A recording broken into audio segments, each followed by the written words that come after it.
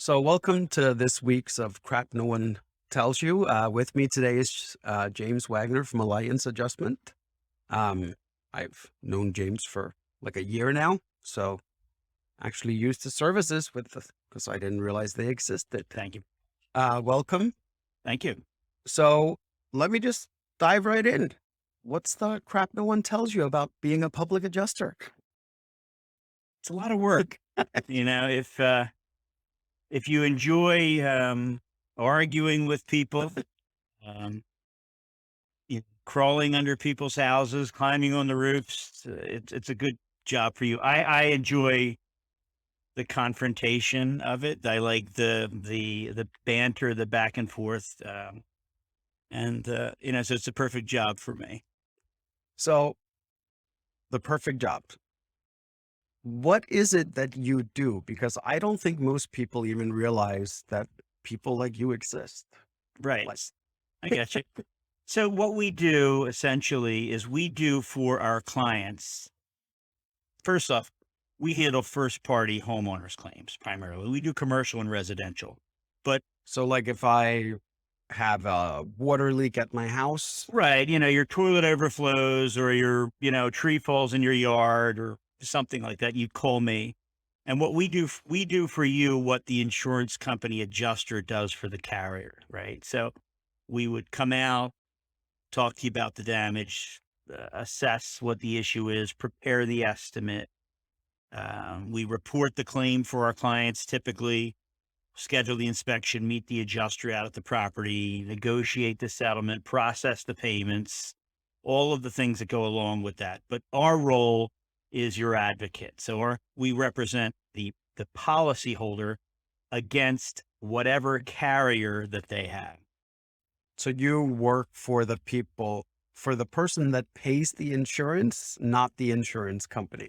Right. I mean, you're thinking, well, gosh, why would I pay this public adjuster anything when I could call my insurance company and the adjuster's going to come out for free and look at my house and write me a check? I mean, that's the question.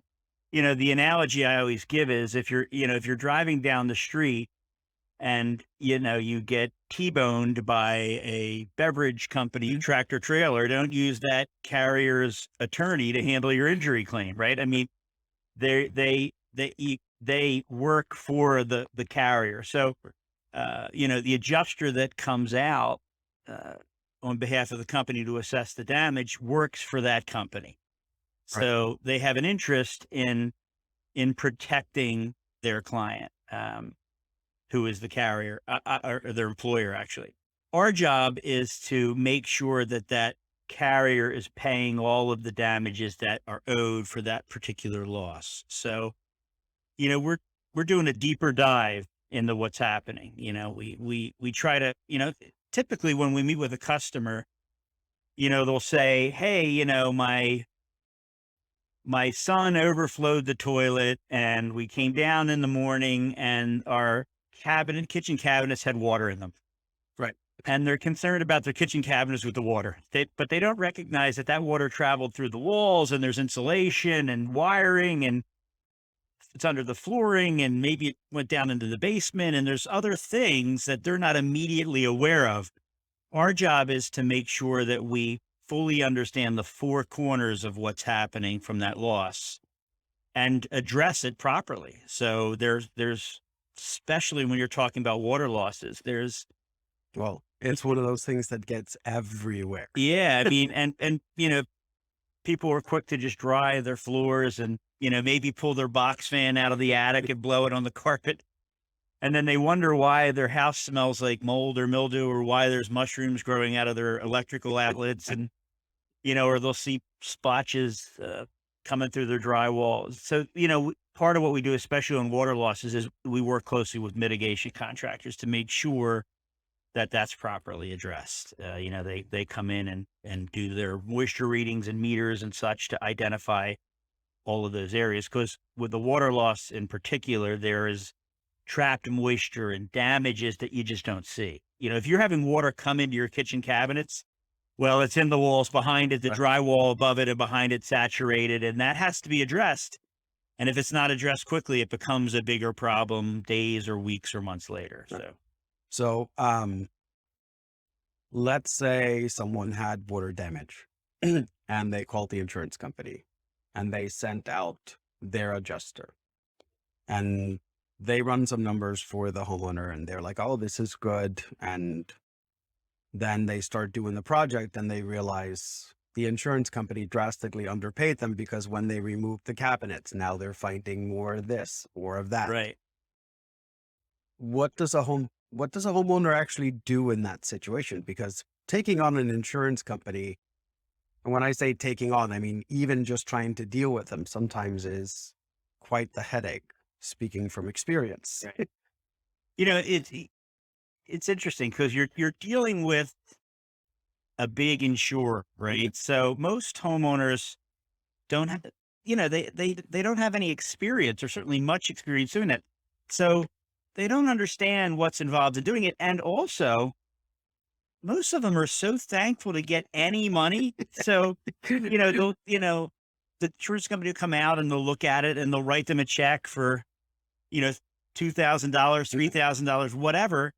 And the homeowner who doesn't really recognize maybe what things cost, maybe they're not that familiar with home projects or restoration or contract, they have no idea whether it's a good settlement or not. So it's very common, the situation that you describe, where they get the check from the insurance company and, thank them for that. Yeah. And then they hire the contractor. And if they're fortunate enough in 2022 to be able to get a contractor Well, to get out to do it because everyone's so busy, then they start the project and they go, gosh, I received $2,000, but it's going to cost me $15,000 to do the work. right. That's a very common scenario. And we get involved in that as well. Yeah. And I don't think a lot of people realize that that loss isn't supposed to be yours. That insurance policy is written two ways. It's protecting you, and yes, it's protecting the insurance company in some ways. But I just don't think people in general understand that we pay insurance as homeowners in case something happens. Like when it happens, we would expect the insurance company to step up. And don't get me wrong, they do. Right. I just get a feeling that they don't do as deep dive as they probably should. Right. And I get it from running a business. Like, you get the adjuster out. They probably have, 10 that they have to do that day. Right. They're on a limited time. It's just the nature of a business, right? Like it's funny. I am not the public adjuster that says insurance companies are bad or trying to rip you up. That's not how I feel. Insurance companies are a business to make money, right? So they sell a policy, they accept some premiums, when damage happens, they come out, assuming they generally come out, they'll look at it up, with an open mind, and they pay what they believe they owe under that policy. Mm-hmm. Now, listen, they're not going to, pull back the curtains or whatever, they don't do that deep dive, as you say. But, they generally come out, they look at it and they pay the customer and they move on. They don't generally say, hey, by the way, did you pull the cabinets off to see if the water's behind the cabinets? That type of stuff oftentimes doesn't happen. It's not to say that they won't address it when it comes up, but they, they shift that burden somewhat to the policyholder to talk to say, hey, right. I found more damage. And right. Realistically, The policyholder, in my experience, the policyholder doesn't go back. right. They either feel like that claim has closed, or they missed the boat, or they don't want to come across as though they're trying to get more than they should on that claim. The reality of it is, as public adjusters, I can't get you any more than you're entitled to under the policy, right? Our job is to make sure we know all of the moving parts and how they affect other things. You're talking about like the order of operations. Mm-hmm. In order to effectuate the replacement of the drywall, for example, behind the cabinets, you got to take the cabinets off. Well, before you take the cabinets off, you have to empty the cabinets, and then you have to account for storing the stuff that's in the cabinets. And then when you do that drywall repair, that affects the paint, or maybe the backsplash or whatever. And then that paint flows into the dining room, and so it winds up being this kind of evolution. It's a very liquid fluid estimate Right. rather. You don't always know what it is going in. So it never ceases to amaze me when I sit down originally with a client, especially if we are the first call. Hmm. And ideally I like to be the first call, because customers kind of get down a rabbit hole with the contractors sometimes or with their insurance company. We like to make sure we know what's happening.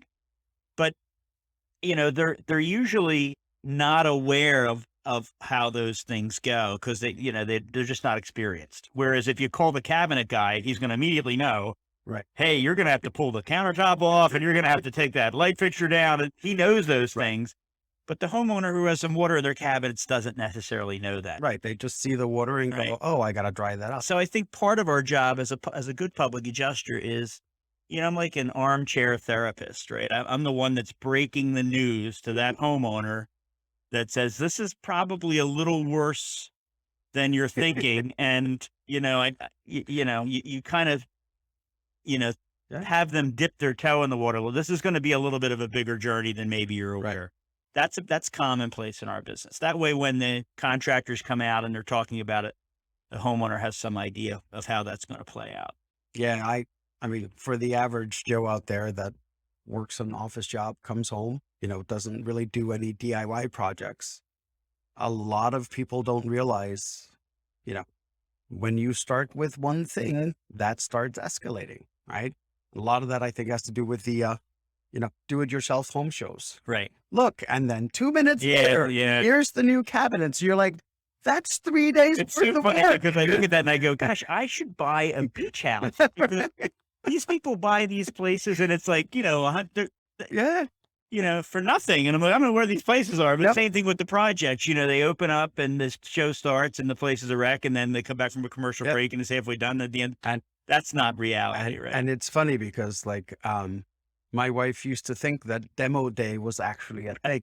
Right? Like, Demo day. It's such a great day. It's Definitely. fantastic. Right. That is a bit. What they don't show you that it was a week with 17 guys Right. tearing out all the stuff, Right, right? But right. no, it was demo day. Right. Yeah. And I think that's part of also, once you understand those types of things, when you have any type of damage to your home, and it doesn't have to be a lot. You lose 4 shingles on your roof and Right. you go, oh, it's just 4 shingles.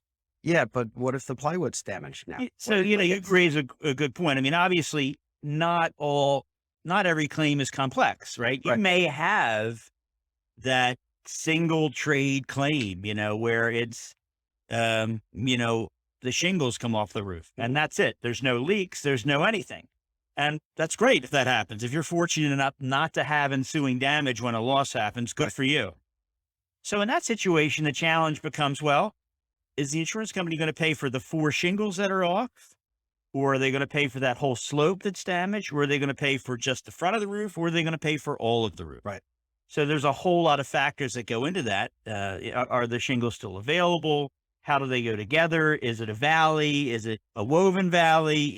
Is there ice and water shield under it? Does it go over the ridge? There's a whole lot of things. There's line of sight concerns. So, in that situation, it's very, very common for the insurance company to come out and say, hey, you have 4 or 5 shingles off on your roof. It's a $600 repair. You have $1,000 deductible. It's less than your deductible. And the homeowner gets nothing in that situation. Very, very common. Right. Our job is to make sure that all of the things that need to be repaired. So if you think about it, the purpose of that policy, purpose of any insurance policy, homeowner's policy, is to restore that homeowner to the way they were before the loss happened. Right. Right. So that's all it's supposed to do. Mhm. So before the loss happened, their roof was all the same. Yeah. So can it be made to look that way with the 4 shingle repair? If it can, and sometimes it can, then that's what they're entitled to under the policy. Right. But if the roof is a little older, maybe they don't make the shingles, maybe, there's a whole lot of issues like that. Not to mention what you said earlier about, is the sheathing damaged? Because if the sheathing's damaged, we have to address that, or the insulation in the attic. And that brings in other things. So oftentimes it's like, oh, I had a couple shingles off. Yeah, I know you could go to Home Depot or a store and buy a bundle of shingles and put them on the roof, but is it going to restore that Is it, are you gonna drive home for the next 15 years and go, hey, that's where those shingles, that's Look, there's right, the blue ones. right. So, our job is to try to get that property to the condition it was before the loss happened. Right. And I don't think a lot of homeowners realize that if certain things like siding, roofing, yes, you can always get black roofing, you can always get, but there are certain colors, for example, that are only manufactured for 5 years or 6 years. So if your siding is more than 6 or 7 years old, you will never get 100% color match to that siding. So it'll be the light gray with a slightly darker gray, right? So Right. there's, Well, shingle manufacturers, like any other business, they're not foolish, right? They say, okay, gosh, if we just change the mixture, that those granulars, we're eventually going to sell a whole new roof to these people. That's Apple changes its iPhone chargers, right? These companies do this in order to keep business. Now, the big shingle manufacturers do a great job of maintaining lines for a long period of time in an effort to do that. But when you're talking about roofs that are 10, 12, 15, 20, 30 years old, it's not easy to make those repairs. right. Just because the materials don't. Just because of materials. I have clients that say, oh, I have a bundle of shingles in my shed from when they put the roof on 15 years ago. And okay, great. And they use those shingles on the roof and they stand out like a sore thumb because the shingles on the roof have weathered and, changed in color and appearance. And it doesn't even look like the same color. Yeah. And you see that very often with siding. Siding Oh, yeah. fades and oxidizes and changes color completely to its different color. You might have put a light blue siding on your house and 10 years from now, it looks like gray. It just changes in color. So that piece that you had in the attic doesn't match at all. It's 3 or 4 shades off by the time you put it up on the house. So again, in an effort to restore that property to the way it was before that loss happened, well, what needs to be done to make that repair disappear, right? You have to be able to not see that repair because that's what you enjoyed before the loss happened. So I don't know if you're allowed to talk about this, but can you give me an example of where someone thought something they had was minor damage, and then when you guys took a look at it, it wasn't minor at all? Yeah, I mean, it happens all the time. And I would say, and my anyone in the mitigation business would understand that usually that happens with a water loss, right? You have an air conditioning leak, or a small plumbing loss that you thought was just a little bit of water on the floor, and it turned out not to be, right? Right. You had water that leaked down in the wall, and you were diligent. You got it dried right up. You maybe you even went to the store and bought a fan or rented a fan and really did your best. You Googled what to do, and you did all the stuff. You sprayed the mildewcide on there. But then a week later, all your hardwood floors are buckled because there's trapped moisture under that floor, and you didn't recognize that at the time. And those floors, wind up being your entire first floor.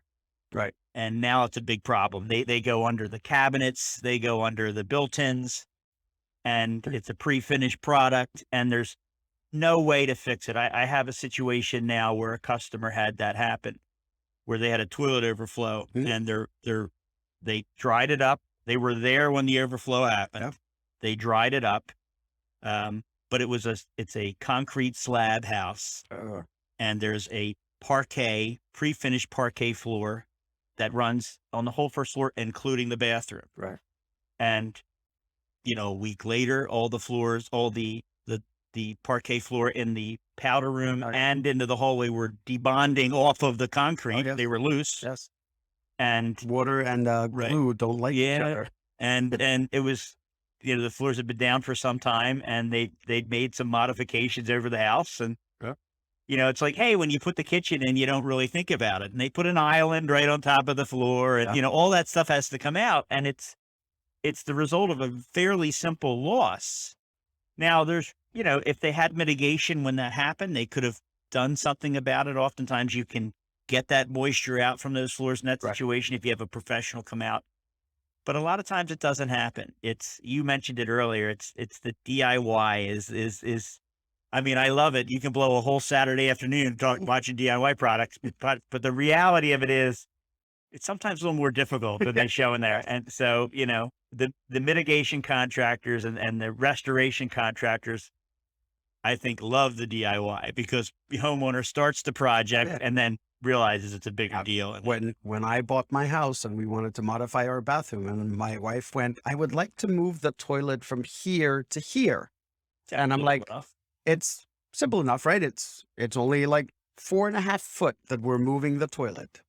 Yeah, that was a 2.5 day project for a plumber because we had joists running this way. So he now had to drill through the joists. He Yeah. had to sister them. They support them. Yeah. Absolutely. So just moving the toilet 4.5 foot ended up being, 2.5 days for two guys between the plumbing, the carpentry work, And, well, they're fortunate. I mean, a lot of times they just cut through them. If you don't have a knowledge of construction or engineering, you go, okay, we need to move the toilet. Let's just cut these pieces of wood out of the way. let's just drill 12-inch holes and this 10-inch hole out of a 12-inch Yeah. joist, and then the floor falls down and fails.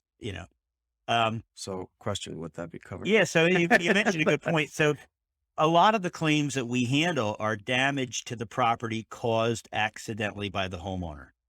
So again, kind of following that DIY, Mm-hmm. homeowner says, hey, I'm going to put my own electrical outlet in and, does all the stuff. And then that electrical outlet causes some damage, sparks up and burns something. Right. There's coverage for that.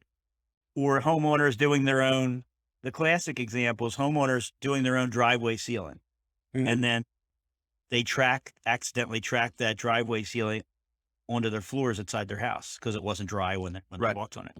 And now they have tar on their carpet or their hardwood floors. Those types of losses are covered because they're accidental. Right. Right. The policy, there's the policy, they say, there's, I'll get a call from a client and they say, well, I'm not sure if this is covered because I did it myself. And, and there's a saying in our business that stupidity is covered. If you're doing something and an accident happens and maybe you're in over your head anyway, you have no business putting that addition on your own, but something crazy happens and there's coverage. We see it every year with holiday decorations.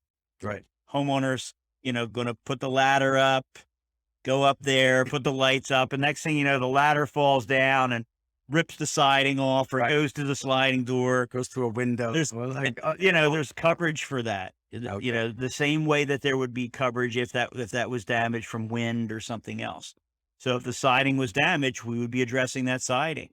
Even though it's happened by the homeowner, it's covered if it's a sudden and accidental loss. So, obviously if it wasn't their intention to cause damage and that happened, and that makes up a large percentage of the claims we handle are those accidents that are caused by homeowners.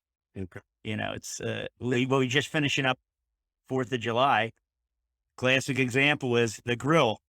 You have the grill too close to you're having a party, Memorial Day, or Right. 4th of July, and you have everyone in the neighborhood's on your deck, and you have 40 burgers going, and the next morning you come down and you see the siding is wavy behind your gas grill because you either had it too close or it was too high.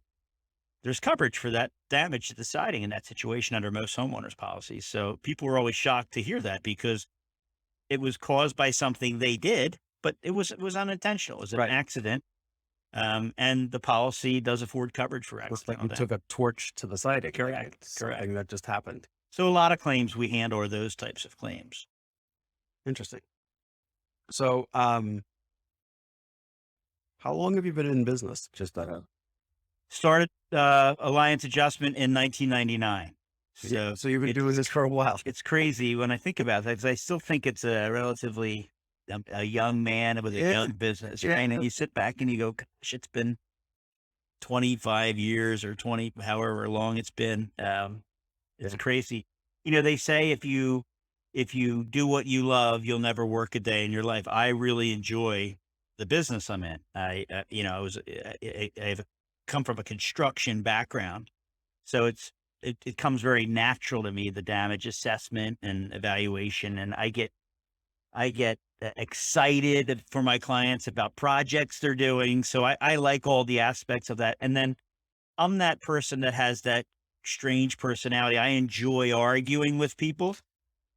So, I like the back and forth with the insurance company, and the insurance companies maybe doesn't want to afford coverage or pay for something. And I want to make the argument as to why they owe it.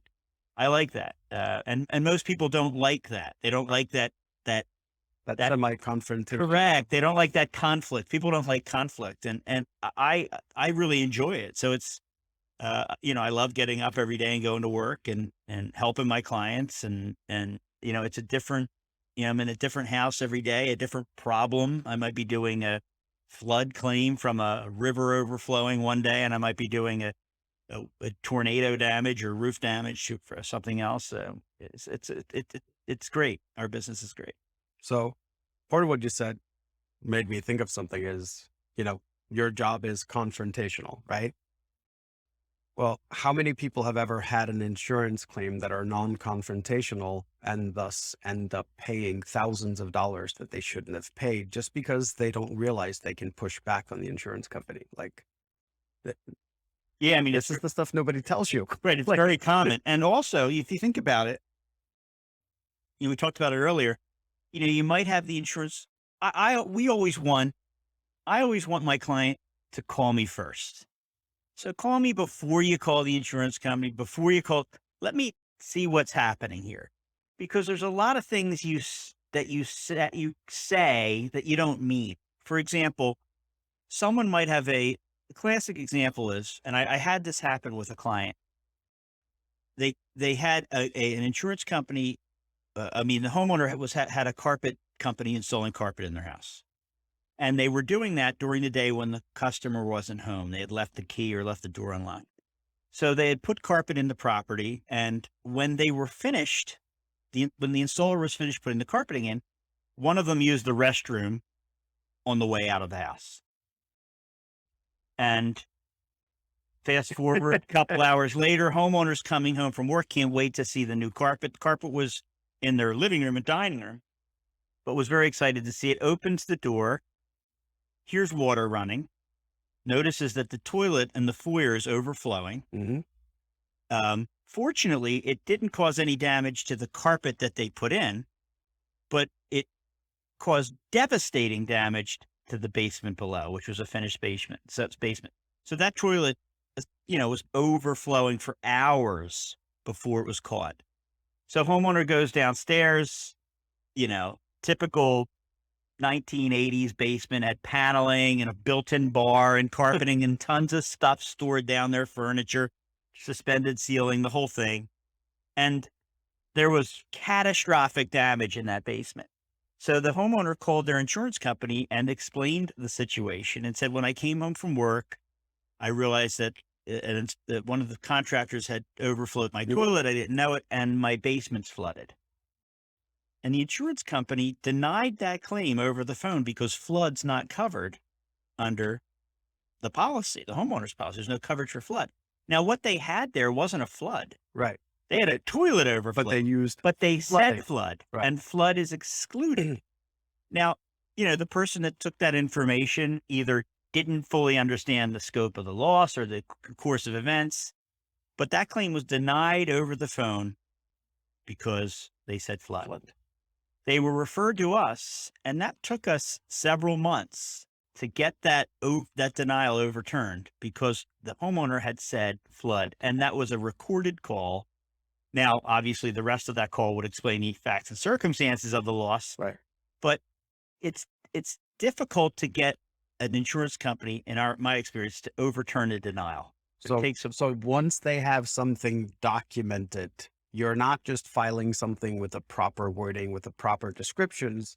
You now have to start by overturning the fact that they have something they put down on paper, whether that is correct or incorrect. Right. So, I say to my clients, I can't take back what you say.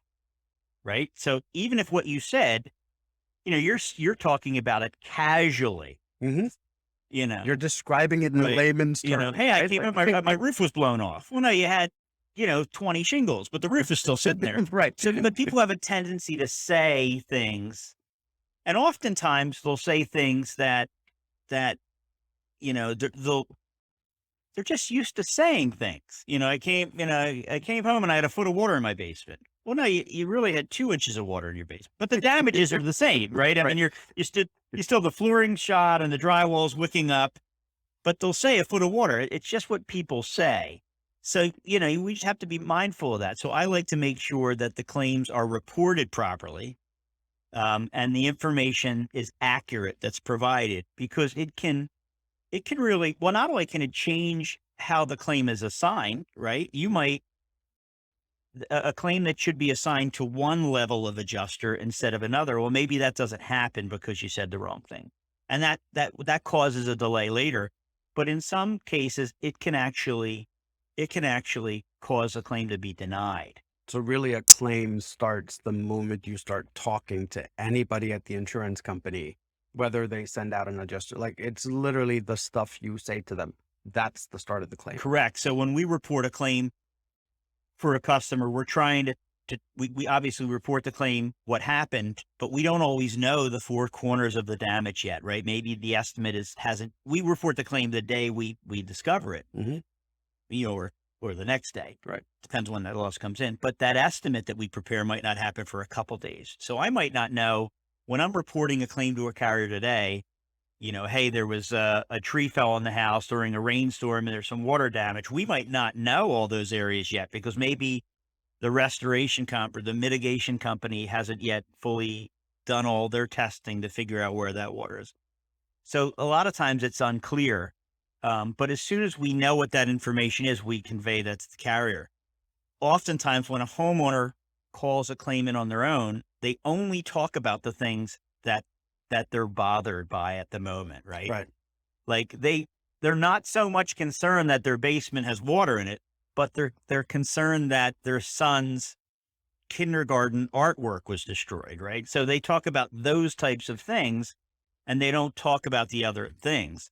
And so when the adjuster comes out from the carrier, he or she's not even aware that there's these other things happening, right? Because of what is They've said. never been mentioned. Right. And so it causes delays, and the claims can get derailed oftentimes. So we want to be clear about what's happening when we report the claim. If it's a claim that should be handled by a large loss adjuster from a carrier, we want to let them know that right away, because maybe they're going to hire some of their own experts or engineers or whatever to meet us out at the property. Otherwise, you're meeting an adjuster out there. He or she has no idea what's happening. And then there has to be follow-up inspections, and it just causes delays, especially when a homeowner is eager to get the place back together. And that's obviously most of the time, right? So kind of to get this wrapped up, basically, if you are a homeowner and you have something happen, be aware from the moment you pick up that phone and you call that carrier, you have started the claim process, whether you realize it or not. It's not when the adjuster comes out. It's from the moment you pick up the phone. absolutely. I mean, that's where it all starts. And then the other point I got from this is there may be a lot more stuff covered than you think. That's right. Okay. That's why, you're talking about a lot of the claims we handle we're taking over a claim for a homeowner. A homeowner has been dealing with the carrier for days, weeks, or months, and, they're still not satisfied. We're seeing claims now. We're still getting calls for the Ida storm event, which was September 1st of 2021. So we're now July 6th of 2022, and we are still getting calls for customers that they were handling the claim on their own with the carrier, and it's coming up on this 1-year anniversary, and they're not close to even settling that loss. Obviously it's difficult for us because there's time limitations, but it's not uncommon for us to take over a claim that is in process. It's not ideal for us. I like to handle the claim from the beginning. Right. So all of the people that need to be involved are involved, and the carrier is duly aware of all of the items that are in play in that claim. So it just makes it go So if smoother. so if you're a homeowner, you had a claim, the insurance guy came out. Really, what you should do immediately is call a contractor to see if does what I got paid, first of all, cover what needs to be done? And if it doesn't, they need to pursue some course of action as quickly as possible because of time limits. Right. I mean, I tell, you know, because we get these calls, right? My insurance company just left my house. They said, I have $5,000 worth of damage. You're going to cut me a check. I just don't know if that's the right amount or not. Yeah. Right. So we need to get involved in that quickly. And I don't need, you know, we write all our own estimates in house. So, it's not that I'm not the public adjuster that says, hey, get me a contractor estimate for that. Certainly there's specialized things, but for the most part, we write our own estimates. But when that situation happens, we want to get right out there and see that. I have a perfect example. I have a meeting with a client later today who had that issue, had a loss. Insurance company came out, they paid them some money, and they have no idea, none at all, whether or not it's a good settlement, a great settlement, or a horrible settlement. Right. So I'm going to go out there today and assess that damage, and I'll tell them, if the insurance company made a good offer to them and or paid them the sufficient, I'll tell them that that's the right amount. It's only when it's not that we want to get involved. Obviously, ideally, I would have liked to have been involved before they came out, so Right. we can make sure that we, pilot that ship from the beginning. Because once again, it's easier to be involved from the get-go than it is to jump in somewhere when the homeowner has said something that the insurance company took a certain way, whether that's what they meant or not. That's right. Okay. And as an adjuster, we operate on a contingency fee basis, so we're only paid if we recover money for our clients. Right. So I tell clients, if you don't have a claim, I'll tell you that, because you're never going to get a bill from us for consulting or meeting or Correct. anything. We only get paid if we recover money. Okay. So it's an important aspect of what we do, because a lot of times clients they're just afraid to call an adjuster because they think, well, he's going to charge me. There's going to be these costs, and my insurance company's already paying me less than I think than I should get. Right. I don't want to waste any money. So it's not a waste. Obviously, we want to look at it and assess it. If the settlement that they're paying is fair, we'll tell you that. If I think it's wrong, I'll tell you that as well, and I'll offer solutions as to how we would get to where we need to be. Okay. Well, thank you for coming in. My pleasure. Thanks for having me. Sounds like we might have to do a second one of these. So thanks everyone for tuning in, and we will be putting out another one next week. Thank you.